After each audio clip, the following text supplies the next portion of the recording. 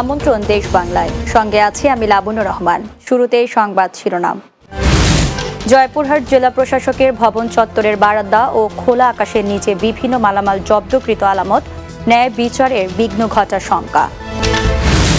এবং শেরপুরের গারো পাহাড়ে বেড়েছে বন্য হাতির সংখ্যা, হাতির সুরক্ষায় বন বিভাগকে আরও যত্নশীল হওয়ার আহ্বান পরিবেশবাদীদের।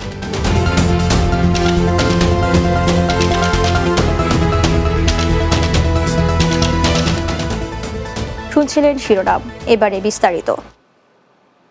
যুগের পর যুগ ধরে জয়পুরহাট জেলা প্রশাসকের ভবন চত্বরের বারান্দা ও খোলা আকাশের নিচে পড়ে আছে বিভিন্ন মামলার গুরুত্বপূর্ণ জব্দকৃত আলামত।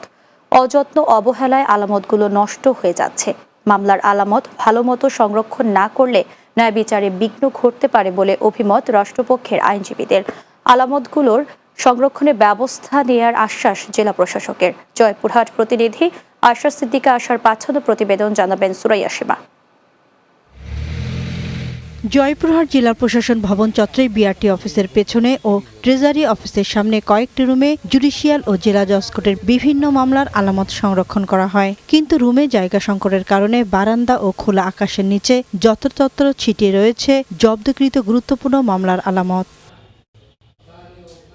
কয়েক বছর আগে জজ কোর্টের সামনে দৃষ্টিনন্দন চিফ ম্যাজিস্ট্রেট আদালতের বহুতল ভবন নির্মাণ করা হয়েছে, কিন্তু মামলার আলামত সংরক্ষণে স্থানান্তর করা হয়নি। রোদ, বৃষ্টি আর ধুলোর আস্তরণে বোঝার উপায় নেই কোনটা সচল আর কোনটা অচল। বছরের পর বছর অযত্ন অবহেলায় কিছু গাড়ির কাঠামো বা চেসিস ছাড়া অবশিষ্ট নেই কিছুই। বিভিন্ন মামলার আলামত বৃষ্টির পানিতে এই আলামতগুলো নষ্ট হয়ে যাচ্ছে। মালামালগুলি কোর্টে যদি সংরক্ষণ করে তাহলে ভালো হয়। আলামতগুলো সঠিক সংরক্ষণ না করায় বিচার প্রার্থীরা ন্যায় বিচার থেকে বঞ্চিত হচ্ছেন বলে জানান রাষ্ট্রপক্ষের এই আইনজীবী। জেলা জজশিপের আন্ডারে অথবা চিফ জুডিশিয়াল ম্যাজিস্ট্রেটের আন্ডারে এই আলামতগুলো যদি সংরক্ষণ করা হয় তাহলে বিচার প্রার্থী মানুষেরা ন্যায় বিচার পাবে। আলামতগুলো সংরক্ষণে আইনসম্মতভাবে ব্যবস্থা নেওয়ার আশ্বাস জেলা প্রশাসকের।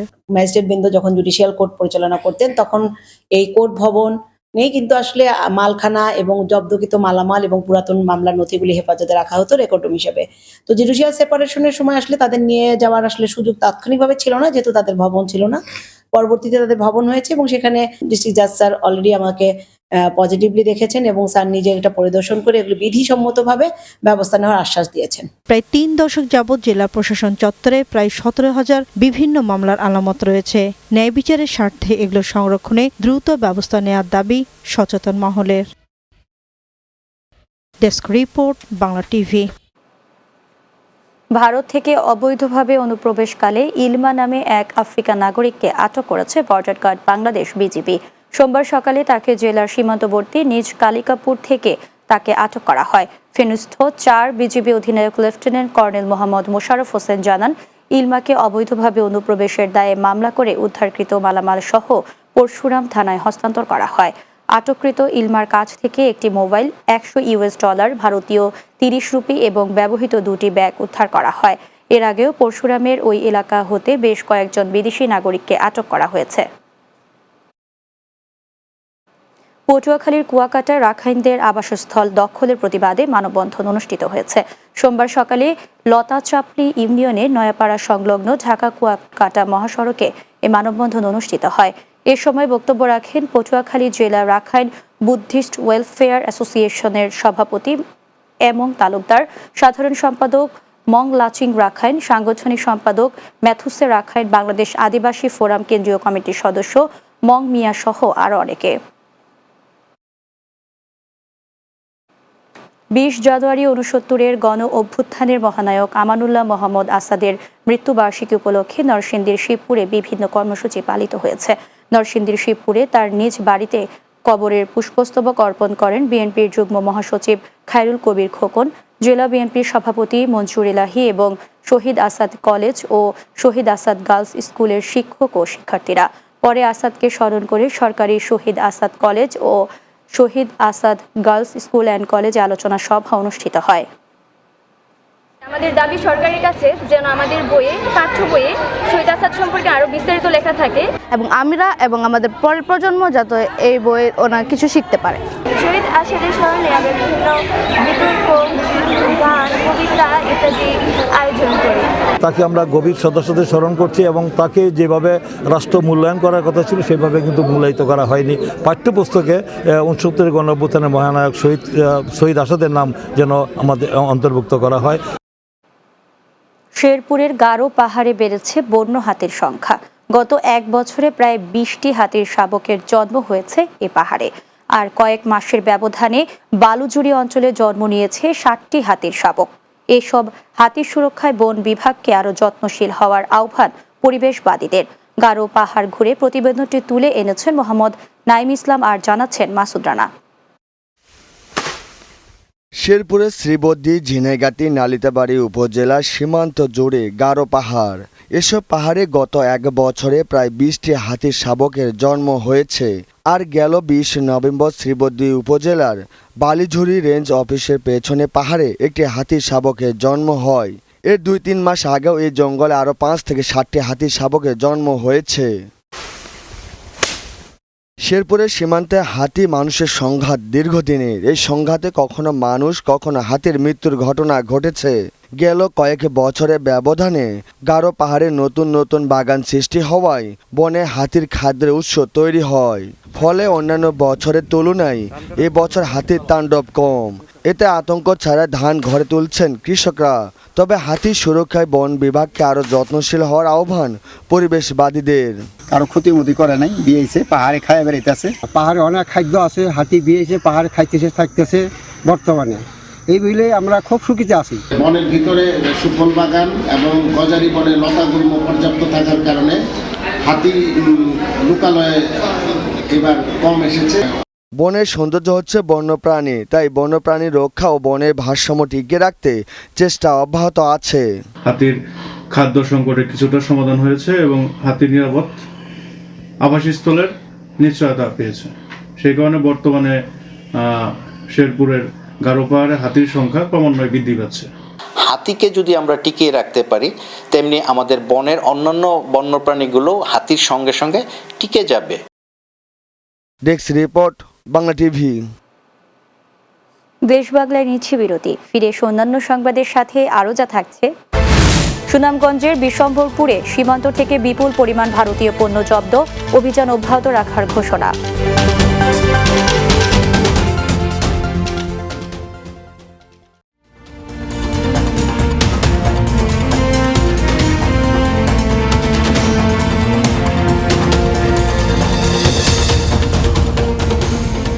বিরতির পর দেশ বাংলায় স্বাগত আরও একবার।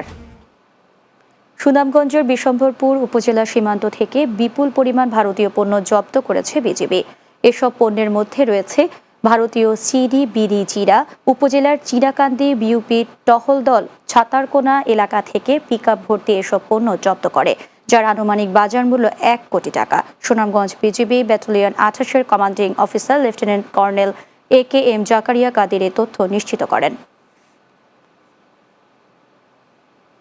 ভূমি অধিগ্রহণকালীন প্রতিশ্রুতির বাস্তবায়ন সহ 9 দফা দাবিতে পটুয়াখালীর কুয়াকাটায় সড়ক অবরোধ করে অবস্থান কর্মসূচি পালন করেছে ভূমি অধিগ্রহণের ক্ষতিগ্রস্ত পরিবারের সদস্যরা। পায়রা তাপবিদ্যুৎ কেন্দ্রের প্রবেশ সড়কে ও এই কর্মসূচি পালন করেন তারা। এ সময় সেনাবাহিনী ও পুলিশ আন্দোলনকারীদের সরিয়ে দেওয়ার চেষ্টা করলে উত্তেজনা সৃষ্টি হয়।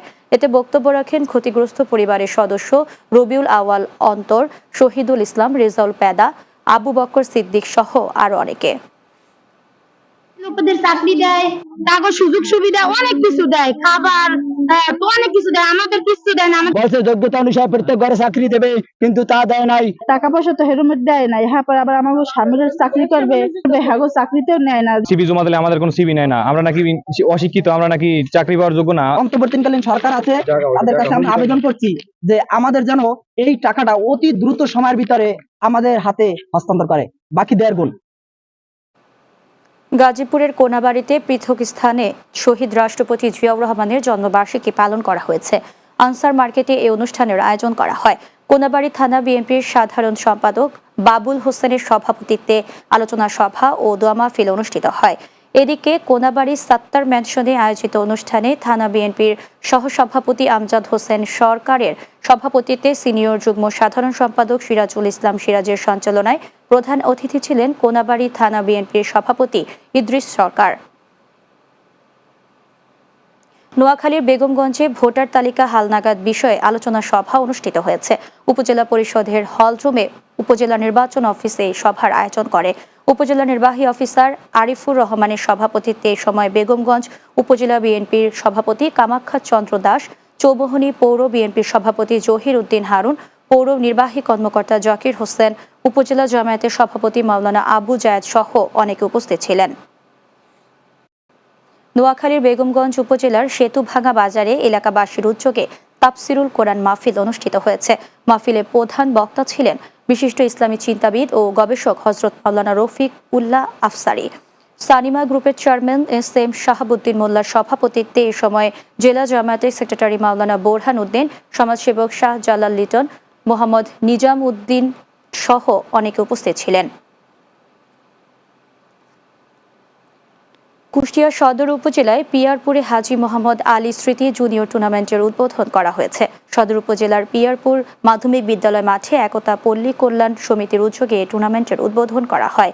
এতে প্রধান অতিথি হিসেবে বক্তব্য রাখেন ঢাকা মোহামেডান ক্লাব ও ঢাকা বিশ্ববিদ্যালয়ের সাবেক ফুটবলার অধ্যক্ষ সোহরাব উদ্দিন। শেষ করছি দেশ বাংলা। যাওয়ার আগে সংবাদ শিরোনামগুলো জানিয়ে দিচ্ছি আরও একবার। জয়পুরহাট জেলা প্রশাসকের ভবন চত্বরের বারান্দা ও খোলা আকাশের নিচে বিভিন্ন মামলার জব্দকৃত আলামত, ন্যায় বিচারে বিঘ্ন ঘটার শঙ্কা। শেরপুরের গারো পাহাড়ে বেড়েছে বন্য হাতির সংখ্যা, হাতি সুরক্ষায় বন বিভাগকে আরও যত্নশীল হওয়ার আহ্বান পরিবেশবাদীদের। এবং সুনামগঞ্জের বিশম্বরপুরে সীমান্ত থেকে বিপুল পরিমাণ ভারতীয় পণ্য জব্দ, অভিযান অব্যাহত রাখার ঘোষণা।